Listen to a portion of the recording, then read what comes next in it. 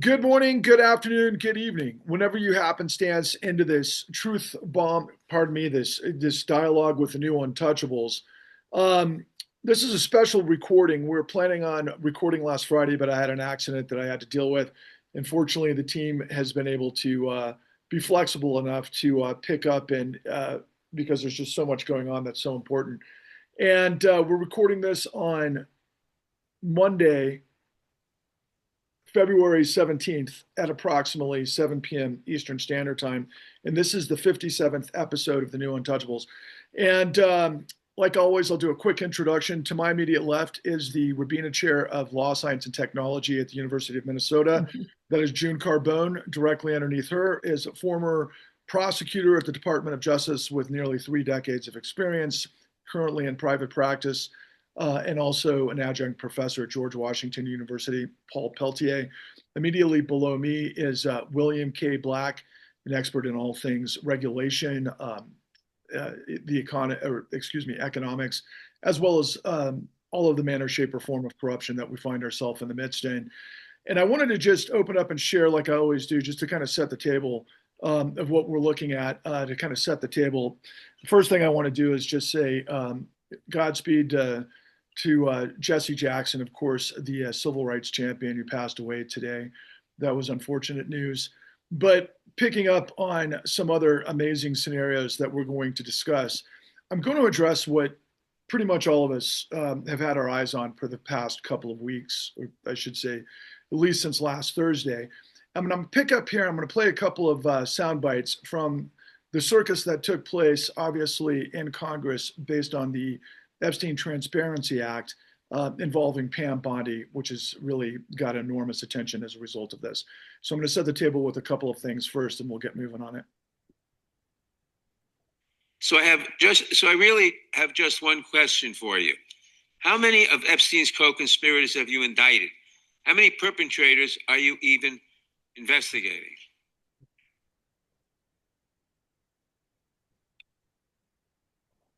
First, you showed it. I find it. How many have you indicted? Excuse me. I'm going to answer the question. Answer my question. No, I'm going to answer the question the way I want to answer the question. No, you're going to answer the question the way I asked it. Chairman Jordan, I'm not going to get in the gutter with these people. I'm going to answer the question. How many have you indicted? Again, the time belongs. Reclaiming my time. The time belongs. I think it's very Reclaiming interesting. my time. I think it's very interesting. You can When reclaim he your time. talked about they indicted. Mr. The Chairman. president said they indicted him. Mr. Chairman, please stop the clock and restore his time. The time belongs to the gentleman from New York. We will give you a few more seconds. We will do that. But when you ask a question, the witness gets to answer. You may not like the answer, but she gets to answer. The question was, how many of Epstein's... They don't like the answer, Chairman, my time. because it's honest. Reclaiming So he asked a 4-minute question. Restore 45 seconds to Mr. Nadler, please, Mr. Chairman. Answer. You can let her filibuster all day long, but not on our watch. Not on our time. No way. And I told you about that, Attorney General, before you started. Tell me. Yeah, I did tell you because we saw what you did in the Senate. Lawyer. Not even a lawyer. Committee will be in order. I should get back at least 45 seconds. We will give you a few more seconds. I said that already. 45 seconds. Okay, I'm timing right now, Mr. Nadler. Reclaiming my time. The answer to my question, how many of Epstein's co-conspirators has she indicted, is 0. You have been the Attorney General for a whole year, and your DOJ fired the lead prosecutor of this case, sat on evidence this entire time, and claimed falsely last July that there were no more leads. It took an act of Congress for you to finally release part of the Epstein files, and when you did, you included personal information about the victims while protecting the names of abusers. Time of the gentleman None of the has perpetrators expired. were brought to justice, but enormous resources. Time of the gentleman has expired, and obviously it's clear that under your leadership, the Department of Justice there was no longer no works. question in there. It works for Donald Trump. I yield back. The gentleman yields back. May I answer? I think our next question, Madam Attorney General, is going to give you time to respond to. Thank you, Chairman. All kinds of things. So we will turn to the gentleman from Texas for 5 minutes. Ms. Bondi, you go right ahead. I'm over here. The time is yours. Thank you. First, he brought up the president saying they indicted me twice.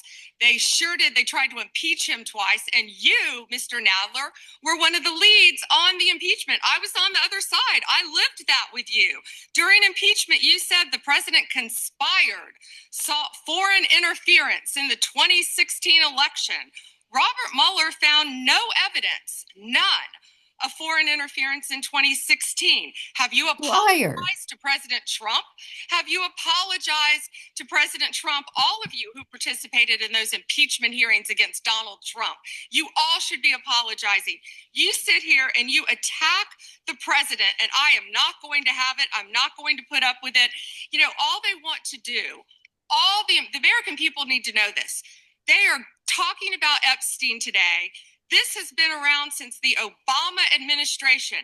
This administration released over 3 million pages of documents, over 3 million. And Donald Trump signed that law to release all of those documents. He is the most transparent president in the nation's history. And none of them asked Merrick Garland over the last 4 years one word about Jeffrey Epstein. How ironic is that? You know why? Because Donald Trump, the Dow right now is over 50,000.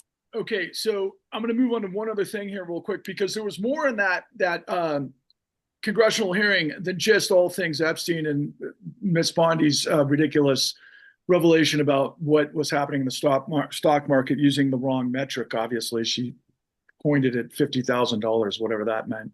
But just really quickly, I wanted to demonstrate this first and then move on to just two more things. Here's Mr. Askin really addressing what we've been talking about for a number of our gatherings.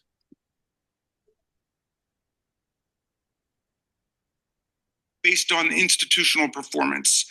But abandoning victims and coddling perpetrators is what you do best. When the FBI opened a criminal investigation into the brutal killing in Minneapolis of Renee Good, a poet and 37-year-old mother of 3, by Trump's masked paramilitary ICE agents, you shut it down.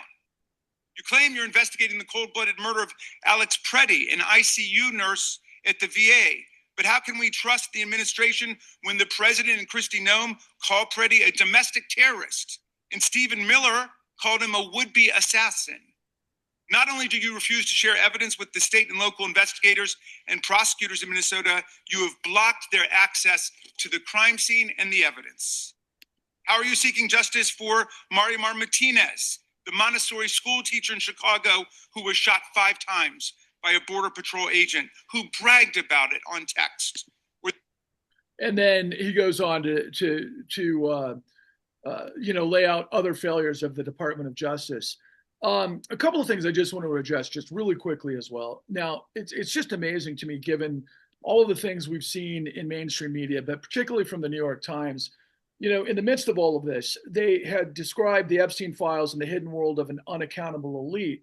And, you know, we're in 2026, and here all of a sudden, because of what was just released in the last, dump, it's like all of these, I don't know if it's mea culpa necessarily, but it's just like an admittance that, oh yeah, there's a group of highly, placed people with an enormous amount of power that are above the law. And of course, this is all playing out in everything that I'm laying out.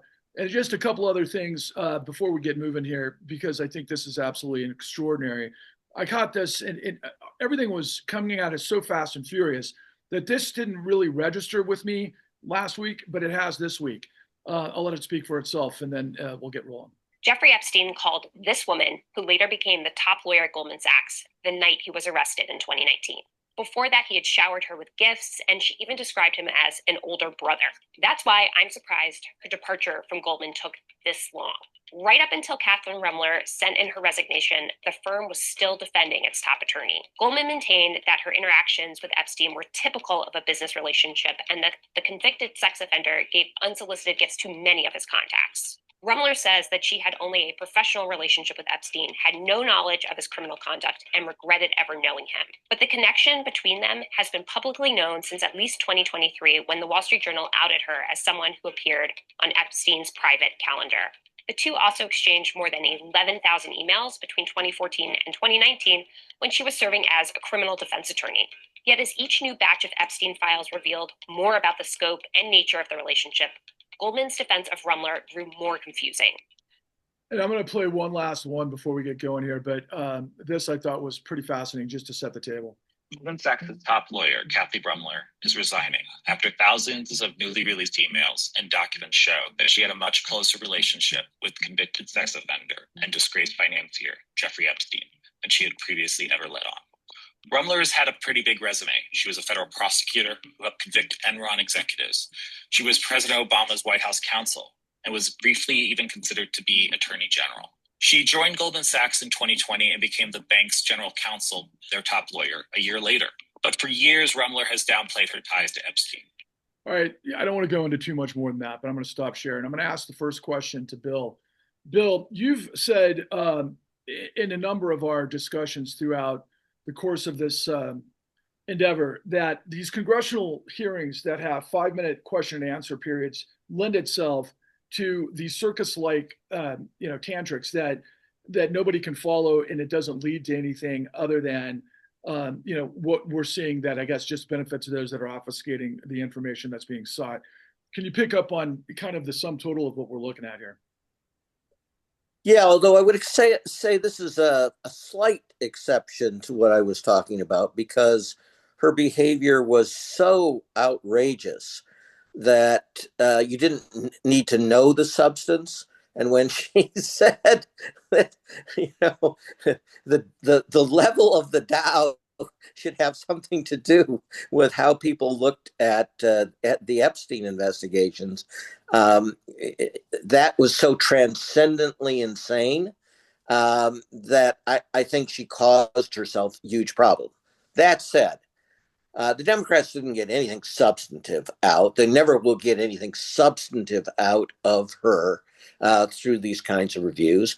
So if instead of waiting for midterms, which are still a long way off, and then after the midterms, you can still need the Congress to re-adjourn, and you have to, of course, win the midterms. We have copious state legislatures with Democratic majorities right now in the states, and all of them could be having substantive hearings using whistleblowers that could be bringing home the corruption of this administration in a powerful narrative fashion, and could also break through any non-disclosure agreements. I mentioned, two things. I've testified in front of Congress or Congress-like hearings, I think 18 times, and many times as an expert witness. I just want to reassure viewers that what they thought was absolutely right. What you just viewed is a travesty that would never be allowed in any other setting. So it's just insane. And second, in addition to all of her power within the Obama administration, in finance, we call Goldman Sachs government Sachs. And we do that because whether it's Republicans or Democrats, Goldman Sachs puts large numbers of its people at the absolute apex of the critical decision-making positions in government. And this is why, again, we say it isn't enough to say no kings. It's got to be no kings and no robber barons. And even more than the original 1800s robber barons, today's robber barons get these absolute top level positions, both in the private sector at the epitome of power and in the public sector under both parties at the epitome of power. And they use it to make this kind of predation possible with close to impunity. Louis, I want to welcome you and introduce again, for those of you who watch the new Untouchables, Louis Clark is the executive director of the Government Accountability Project. But I'm going to ask this question first to Paul Peltier. Paul, can you respond, if you don't mind, to just what you're feeling given your track record and your experience at the Department of Justice? Sure. First thing I'd like to say is that, I supervised Kathy Rumler during the Enron case. I was the acting U.S. attorney, and I supervised the whole team. And she was a very, very talented prosecutor. And it troubles me greatly to see how power corrupts and influences people. And it just makes no sense to me what I saw and what I've seen in these emails about how they could behave that way. It just makes me feel awful. Number one. Number two, the Department of Justice. Let's just talk about that for a minute. Or the abject failure of Pam Bondi to recognize what the job is supposed to be about is just incredible to me. She had the opportunity to turn around and say, I'm sorry to the victims, or say something to the victims. Look at them. Our job as prosecutors, the job of the Department of Justice, in many, many ways, particularly in white-collar crimes, is to rectify the harms that were visited upon these people, whether they be victims of a crime, whether they be victim of a securities fraud, whether they be a victim of a sexual crime. And her utter disdain for those victims that they showed, I think is a marker for everybody. And when people look at that, I don't think anybody can look at that and say, this is the way an attorney general is supposed to act. And so you can see now how that has seeped down through the entire Department of Justice. And it's not even the Department of Justice anymore. It's the Department of Injustice, but we all know that. But, when they seek to return an indictment against sitting congressmen and senators, and not one fucking grand juror votes for a true bill, I don't know that that's ever happened in the history of law enforcement, federal law enforcement. I don't think that has ever happened where not a single grand juror votes for a true bill.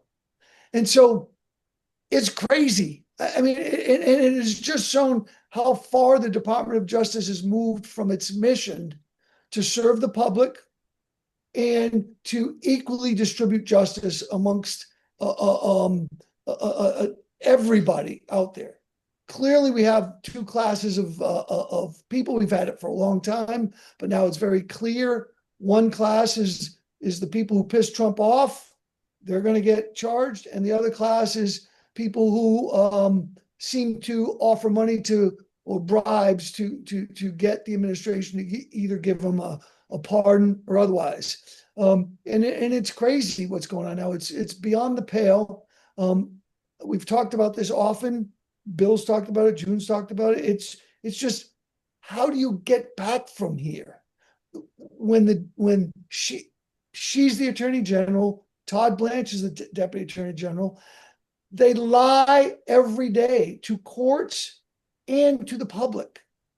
And so it is deeply depressing to see what's happened. I don't have an answer except what we've talked about routinely is that when these people lie in court, we got to go to the bar, and the judges have been slapping them down, but now we've got to go to the bar and take away their bar license. But what's happening now in the Department of Justice is just incredible. It's disastrous, and it is taking its toll on the American people. I think the American people see how it has been corrupted, and corrupt is the only word, in the way they're dealing with what's happening in in Minneapolis, for instance. They're not even letting the locals participate in the alleged criminal investigations of the perpetrators of these murders. So it is a complete failure from top to bottom of the Department of Justice. And the judges are smacking the Department of Justice down every day. I don't know where we go from here, but it is utterly broken and utterly corrupt at the moment. June, I was reminded when I was watching all of this stuff about, the story of Alex Navalny, to be honest with you, but I'm curious, what are your thoughts? Well, I want to take a big picture look and say, how did we get here? And I think you can't start with Trump, with the Justice Department, with the federal government. You have to start with the change in corporate America. So I want to run through very quickly. Go back, 1980. Ronald Reagan becomes president. He does two things as quickly as possible. He launches an attack on unions, and he lowers the marginal tax rates, begins deregulation, but the tax rates are the really important shift. Jack Welch becomes head of GE. First thing he does, fire 20,000 workers, fire 20% rather of workers at GE. The end of loyalty is what some books call it. Now, fast forward. By the time you get into the 90s, you have Congress changing the tax treatment of stock options. What Welch does at GE is executive salaries change from being largely lockstep to bonus-based. As much as 2/3 of all pay is based on the bonuses. CEO salaries go through the ceiling. CEO salaries in the 50s and 60s, maybe 20 times average worker pay. At their height, they're 399 times average worker pay. And you can accumulate a massive amount of wealth and pay minimal taxes. What he does with workers is a shift to something called the tournament. You, again, pay tied to stock options, and the incentives are the numbers. Jack Welch gets rid of the research labs. He buys and sells whole segments of GE. He turns what had been a manufacturing firm into an investment bank, and not a very good one. And when one of his investments, Kidder Peabody, has a massive scandal with several hundred million in losses because of fraud, he just gets rid of all of Kidder Peabody. It's a game played on a chessboard. Workers' lives are mere pawns.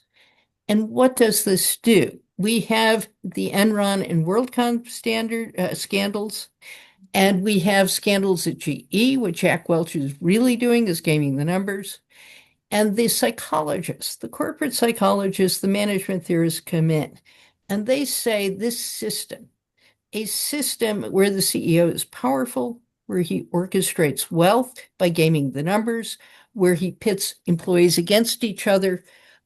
This is a description from Larry Epstein, but he got it from Donald Langafort, and he's responding to the Enron scandals. The executives are hyper-motivated survivors of a highly competitive tournament.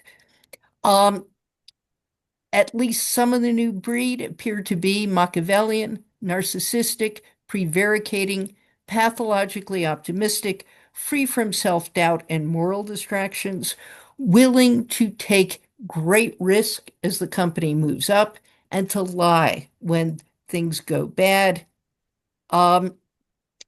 Nurtured by a corporate culture that instills loyalty to insiders, obsession with short-term stock price, and intense distrust of outsiders. What you saw from Pam Bondi is the logical extension of that culture. Again, what matters? Loyalty to insiders, power has become personal, stewardship of institutions is dead, obsession with short-term stock price. Every scandal, the great financial crisis, what happened at Enron, what happened at GE, what happened at Wells Fargo, and lots of scandals you've never heard of involve obsession with short-term stock price. That's what makes Elon Musk the richest man in the world, and intense distrust of outsiders. What side you're on is what matters. Ethics, institutions, the public good, forget about it. Now, in that world, let's talk about the Epstein class. So, in that world, what establishes status is how much money you have. How much money you have in the Cayman Islands. When Mitt Romney ran for president, the op-ed pages of the Wall Street Journal were saying if he's really a good businessman, you would have had more than 200 million in the Cayman Islands. But the fact it's in the Cayman Islands for purposes of tax evasion, who cares? So let's talk about Epstein. Now, when we talk about Epstein, I want to emphasize both what I'm shocked by and what I'm not shocked by. First, if you follow me too, the abuse of women. One of the things that happens with the tournament, and again, on Wall Street and then in Silicon Valley, and Silicon Valley changes from people who cared about gadgets, tech, to people who understand getting from 0 to 60 is what makes the venture capital world run. When we looked at Silicon Valley, 64% of all women in Silicon Valley reported sexual harassment. When you look at what the selection is for, it is the qualities Larry Epstein described. When you look at studies of the psychology of the men who succeed in that universe, they tend to be Machiavellian, narcissistic, amoral to begin with, and to the extent they succeed, testosterone levels rise in a way that depresses empathy. They think they're God's gift to women, is what that means, and that the women they're hitting on ought to be flattered. That sexual abuse is rife, I'm not surprised by. That men who are successful in any walk of life feel they're entitled, and that the objects of their temporary affection ought to be flattered is not new. What's new about Epstein is not just pervasive underage girls, but what looks like rape, torture, and maybe even murder. That's what hasn't been investigated. That's where there are hints. And when you look at who represents those qualities, over-optimism bias, narcissism, Machiavellianism, amorality, Donald Trump is the head of the list. And so what you have now is not simply with respect to women. As I said, murder is not so common, but a lot of the other things are rife. They've always been rife on Wall Street. They became rife on Silicon Valley once it became a venture capital culture with booms and busts. But what is new and what should alarm us is the disappearance of institutions. When I see who got fired and who didn't, the people who got fired are still associated with institutions, including the British monarchy, that care about reputation. Kathy Rumsler is almost certainly not the worst person, the worst offender in the Epstein files. What her being pushed out tells you is the institution still cares about reputation. When I looked at gender equity at Goldman Sachs, one of the things we found is sex discrimination claims, they fight them tooth and nail.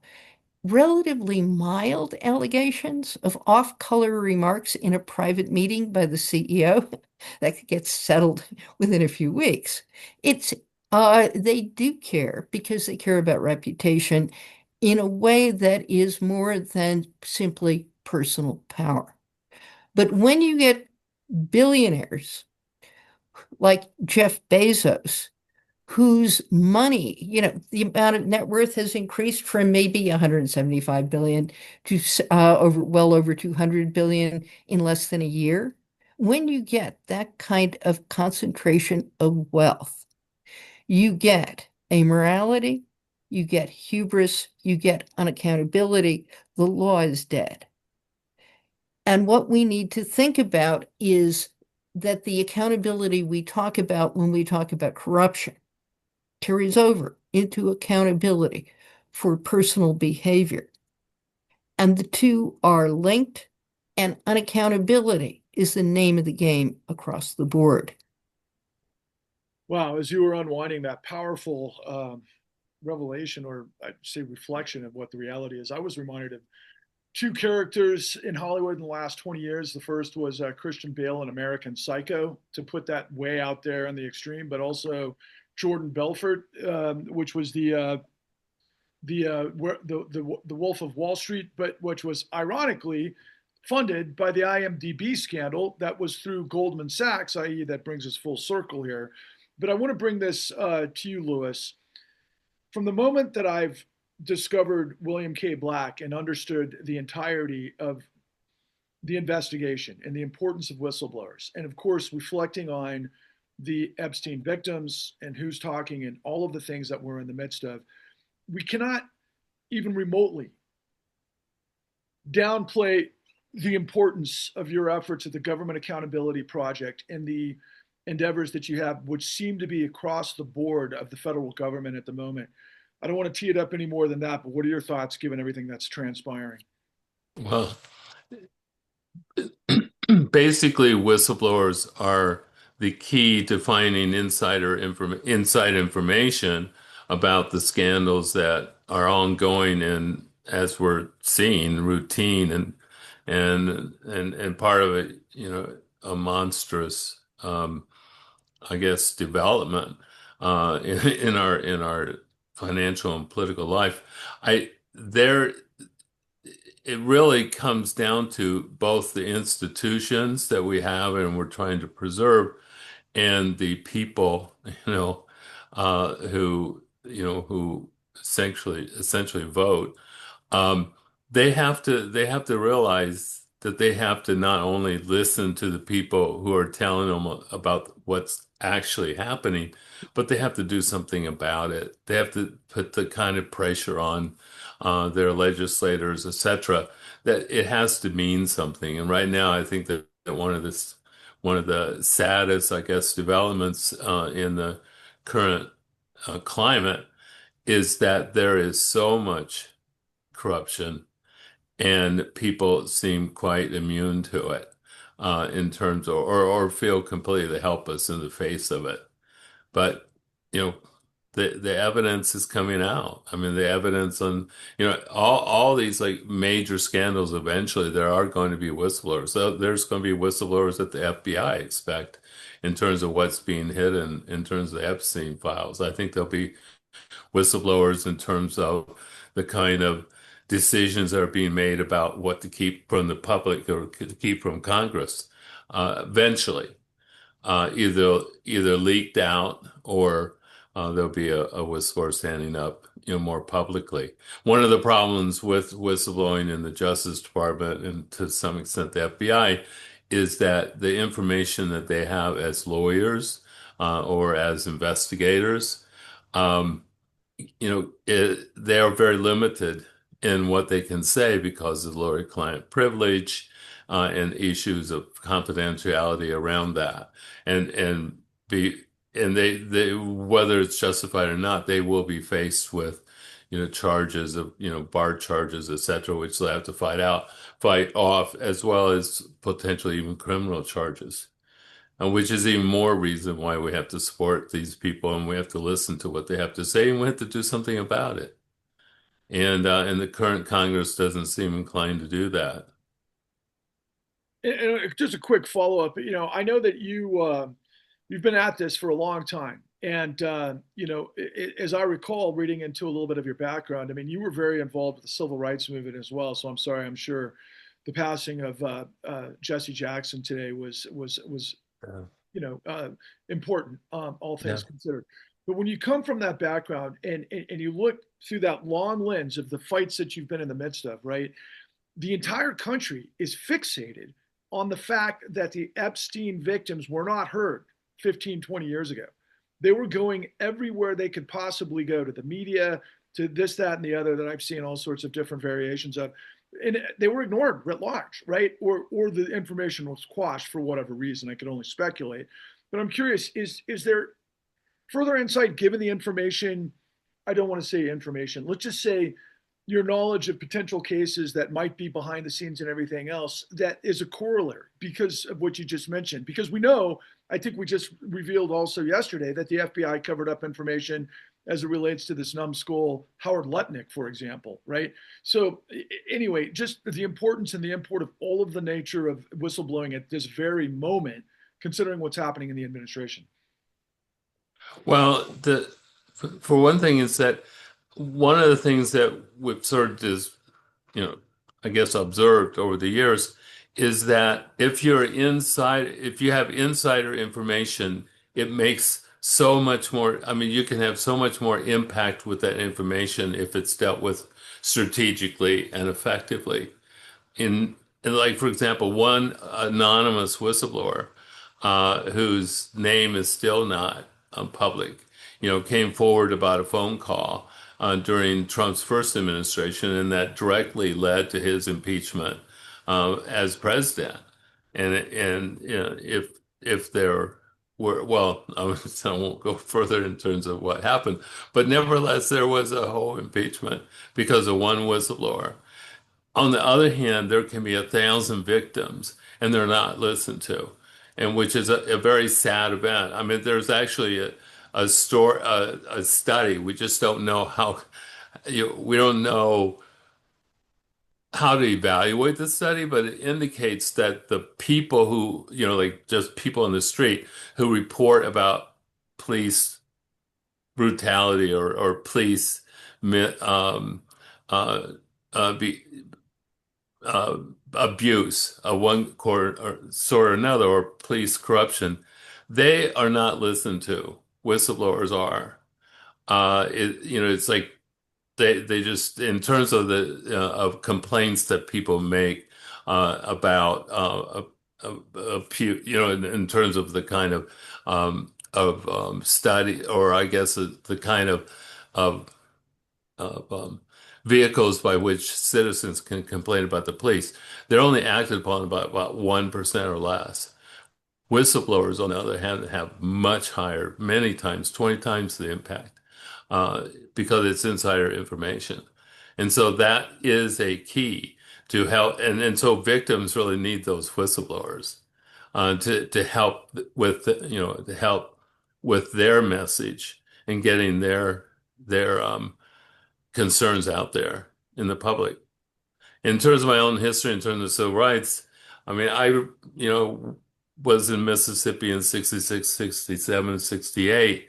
And during that times, I felt very hopeless about, I mean, we were just dealing with the state of Mississippi, which just 2 years earlier, only 97% of the black population couldn't vote. Amazingly. And I just thought it seemed pretty hopeless, but I didn't want to be, I wanted to look, I was thinking very much that looking back on history as an older person, which I now am, is I wanted to be able to say that I was on the right side of history, that I was doing the right thing. That's how people need to think right now about what's happening in this country. They need to think about their own legacy. And I was thinking about that at 19, is I didn't want to look back and say I didn't do something, even though I didn't see a lot of hope. I almost see more hope now than I saw back in those days. So so it's important, and yet the advance that has occurred in terms of civil rights, when we have a long way to go and we're going backward, as we all know right now. But at the same time, I would never have expected that the civil rights movement would be as successful as it was. And I think that we have to think now. We have to really take courage. I guess practice courageous behavior so that we can change this thing. And I think that we'd be surprised. Just the people, just Minnesota. I mean, I can't think of many more incredible examples of courage of a whole people. That's exactly what needs to happen throughout the country. Wow, that was incredible and so powerful, as has all of the discussion so far. And of course, to remind our viewers June Carbone and Bill Black are within miles of everything that's been taking place in Minnesota. And I want to turn this to you for your reaction, Bill. You know, everything I've heard tonight is a reflection of everything you've taught us throughout the years, whether it's modern executive compensation, whether it's, uh, Gresham's dynamic, and the import of course, whistleblowers in this context. Obviously, your colleagues have just been delivering some of the most important and powerful and profound revelations in this dialogue. Where are you motivated to go in this conversation? Well, I was just going to build on what Lewis and Paul had said. So, as a serial whistleblower, I can tell you, the people that we blow the whistle on are A, stunned that happens, and B, often terrified. Why stunned? Because, as Paul was saying, you could have a wonderful person, a highly effective prosecutor, and she could be corrupted once she's in a different setting, in a way that you would think would be next to impossible. And think of all the entities, the powerful entities that have been cowed, all these incredibly powerful billionaires. How many of them stand up for democracy? How many of them are like CBS and all these others that simply capitulate, or Goldman Sachs that actually, are working knowingly with sex predators, such. So the first thing whistleblowers do is we're viewed as crazy by the top CEOs because they can't understand how anyone would act on principle and throw potentially everything away. And when you can't understand somebody, it's very difficult to figure out how to counter them, right? So that was one of the my experiences. And the second thing that Lewis was building on, as I've mentioned, the U.S. has more high-level whistleblowers than the rest of the world combined. And I don't mean that being high-level makes you superior, but it makes you know far more things and where key documents are. And you were actually in the room for discussions, often with absolute top people. Yeah, and even better, sometimes you were in the room, but you were in the corner of the room and nobody was paying any attention to you. Right? And so they didn't read you at all, and such. And so what they are terribly afraid of, and it becomes even greater as you go through time, is they lie about you because that's what they do. They smear you because that's what they do. But that falls apart. And you reveal their lies with documents that they didn't think existed anymore.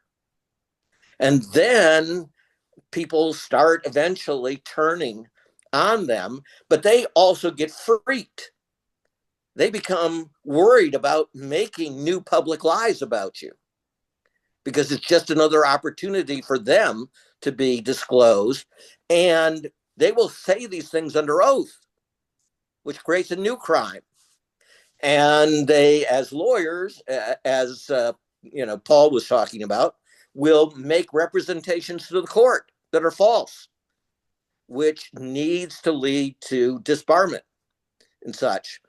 So this is why we need to take advantage, and I don't mean, I mean this in a good way of taking advantage of this incredible gift we have of people who are willing to put their entire career aside for nothing, typically.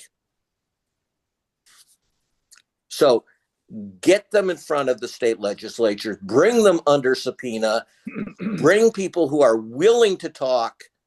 I'm not talking about dragging whistleblowers in who don't want to make these disclosures, but that subset that do want to, get them in front of the state legislatures now. Okay, and Paul, Yes. we're running out of time here, and I know we have a hard stop here in 10 minutes, but I wanted to just, I'm reminded when I first met you, your courage at the Department of Justice and your integrity and everything that you stood for was on full display in the way that Bill just described to me. I mean, you were on the front lines of the most difficult cases. You were involved with Enron. You obviously were doing all of the healthcare fraud, which was huge, which I think actually even eclipsed what happened in the 2008 great financial crisis, at least from where you guys were at the Department of Justice. And then, but you were also responsible. You taught the Department of Justice, the employees of the Department of Justice, how to try these cases. You knew exactly all of the different machinations of what Bill has just been describing.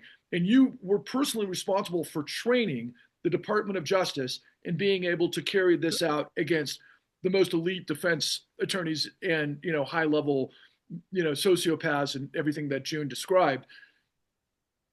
You've talked about how the Department of Justice has had a tremendous setback because of Pam Bondi. Mm-hmm. Try to merge those from your experience and what you think. So thank you for that. The reality is it wasn't just me. There was a lot of people doing what I did, and we were all encouraged until we weren't to behave that way. I'd like to sort of talk to us about something I've been thinking about for a while that sort of keys on what you found in talking to all of us in the first instance about the great financial crisis and why it wasn't solved. And sort of something that, at least to me, is a little bit more of, I guess there is some hope, but let me just start here. So first of all, when the financial system in America worked such that it created great inequality and sort of was destroying the fabric of America, almost in each instance, for instance, the Great Depression, right? What did we have? We had a president who came in and the pendulum swung back to protect the integrity of people, to protect the inequality of people. We had Roosevelt came in with the Great New Deal, right? So we had the financial system just fucking people over, and then we had the Great New Deal, which was there to both correct the financial system, to reduce inequality, financial inequality of people, and to sort of fix the job, and they did it, right? And that stayed for a while. And then we had what we just talked, what Lewis just talked about. We had the civil rights issues of the 60s. We had Vietnam. We had civil rights. We had no voting. We had a huge inequality there. That what happened? We had LBJ in Great Society, right? Where civil rights laws, voting laws, all kinds of laws were put in, healthcare, Social Security, to correct the great inequalities. The pendulum swung back again, and to benefit the American people, and sort of to slap down capitalism in a way that capitalism was not operating in the way that it should, with someone with a hand on it, some sort of regulation. And then we had what we all dealt with, which was the great financial crisis, right? And the pendulum never swung back, never did, to fix the inequalities that were exposed. We had the Dodd-Frank Act, which was, an attempt to fix things, but it didn't. But it never swung back. So all of that unrest and all of that inequality Trump really turned into anger at somebody. But rather than just anger, nobody ever fixed the structural inequalities that were exposed by the great financial crisis, and that is a financial system of elites that took over the fucking country and are still taking over the country. So what I see is happening is a unique opportunity here that we've all talked about to finally fix that, to swing the fucking pendulum back to fix this structural inequality of the super elite, of the oligarchs, of all these people that Bill has been talking about and Joan has been talking about. So I see this as a unique opportunity, but the pendulum has to swing, and you need great leaders to do that. And we haven't had that. So I really want to commend you, because I think, Patrick, you've exposed that. The pendulum never swung back like it had all the time in at least recent American history, to fix the structural inequalities, and it hasn't been done yet. Thank you, Paul. We have 5 minutes, Jen. You want to close this out? You're on mute. On the same page today. And what is happening, and what I see happening, whether it's in the kind of caucuses Sarah Longwell convenes on the Bulwark, or whether it's listening to progressives or mainstream Democrats, there is widespread agreement. What is bent out of shape is the role of the oligarchs. And I want to emphasize why that inevitably produces scandal. Scandals like the great financial crisis, scandals like Jeffrey Epstein. And that's that when people are relatively equal, they have a stake. They have a stake in institutions, they have a stake in society. When you have this massive inequality, the ability to fight back becomes much harder. And the oligarchs at least think they don't need the rest of us. They have their private islands to which they will withdraw when they see the collapse of civilization they are helping to cause. That's the mindset. And I think in those moments, heroism should be admired and is needed. So I want to say a little bit about Alex Preddy. Again, as we have learned more about him, it is not just that he was a nurse working with veterans. It's also he was a moralist. In some eras, moralists are a pain in the ass. Uh, in this era, moralists, the people who understand right and wrong and stand up for right, need to be recognized. So Preddy had his rib broken a week earlier. He knew what he was dealing with when it comes to ICE. He went back anyway. He died trying to protect a woman who was the victim of ICE. But I also want to call attention to the people in Minneapolis who are rising to the idea of helping our neighbors, something that I think is deeply rooted here. And it is a city characterized by less inequality than lots of major cities. And when we look, what I am haunted by is Will Stansel, our former colleague at the University of Minnesota, who has been one of the people monitoring ICE. And I've said this before, but I think it bears repeating. He talks about being haunted by the idea he won't get there in time. That part of what he does is not just to monitor what ICE is doing, but to get the names, to have people shout their names and phone numbers who are being literally grabbed off the streets by ICE, and that he's haunted by the fear that if he doesn't get there, if he is just a few minutes late, that person will never be heard from again. So I want to end on the note, we need to honor our heroes, that the people in power do not understand people like Alex Preddy, and therefore they have to vilify them. But I couldn't help myself listening to Pam Bondi. She lied about everything. Routine things, intentional things, things that I don't even think she bothered to check whether she was lying because it was so unimportant. And the contrast between Alex Preddy and Pam Bondi, between this administration and people like Lewis Clark, could not be greater. At least we forget that Trump has made out with over $1 billion in the first year of being back in office. So, yeah, I got a little choked up, guys, not because of sadness, because of outrage, but also of inspiration and honor from you.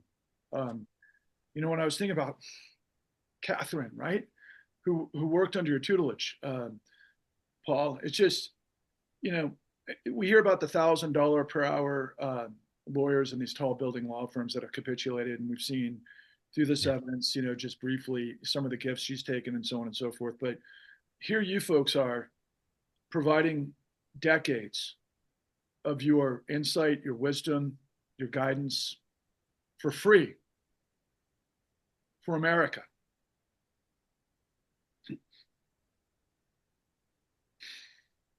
I can't even talk. Thank you. Well, thank you, Patrick. I'll talk to you guys Thank you. later. Thank you. Thank Yeah. you. Be well. Appreciate the opportunity. That's the reward. Take care. For justice.